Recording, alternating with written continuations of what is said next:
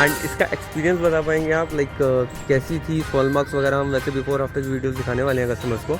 आप अपने एक्सपीरियंस से बताइए आपको कैसा लगा काम, एंड कितना रिकमेंड करेंगे आप अपने यमुना विहार के फ्रेंड्स को? मेरा एक फ्रेंड साथ में जिसके पास ऑलरेडी किया और फॉर्च्यूनर है, मैं उसको भी रिकमेंड कर रहा हूँ। बाकी तो ये मान के चलो कि गाड़ी का काम तो बहुत अच्छा हुआ है, number 1। And shine glass finish जो मैंने आपको बताया था, बिल्कुल परफेक्ट है। एवरीथिंग इज़ गुड, परफेक्ट है। Okay sir, thank you so much.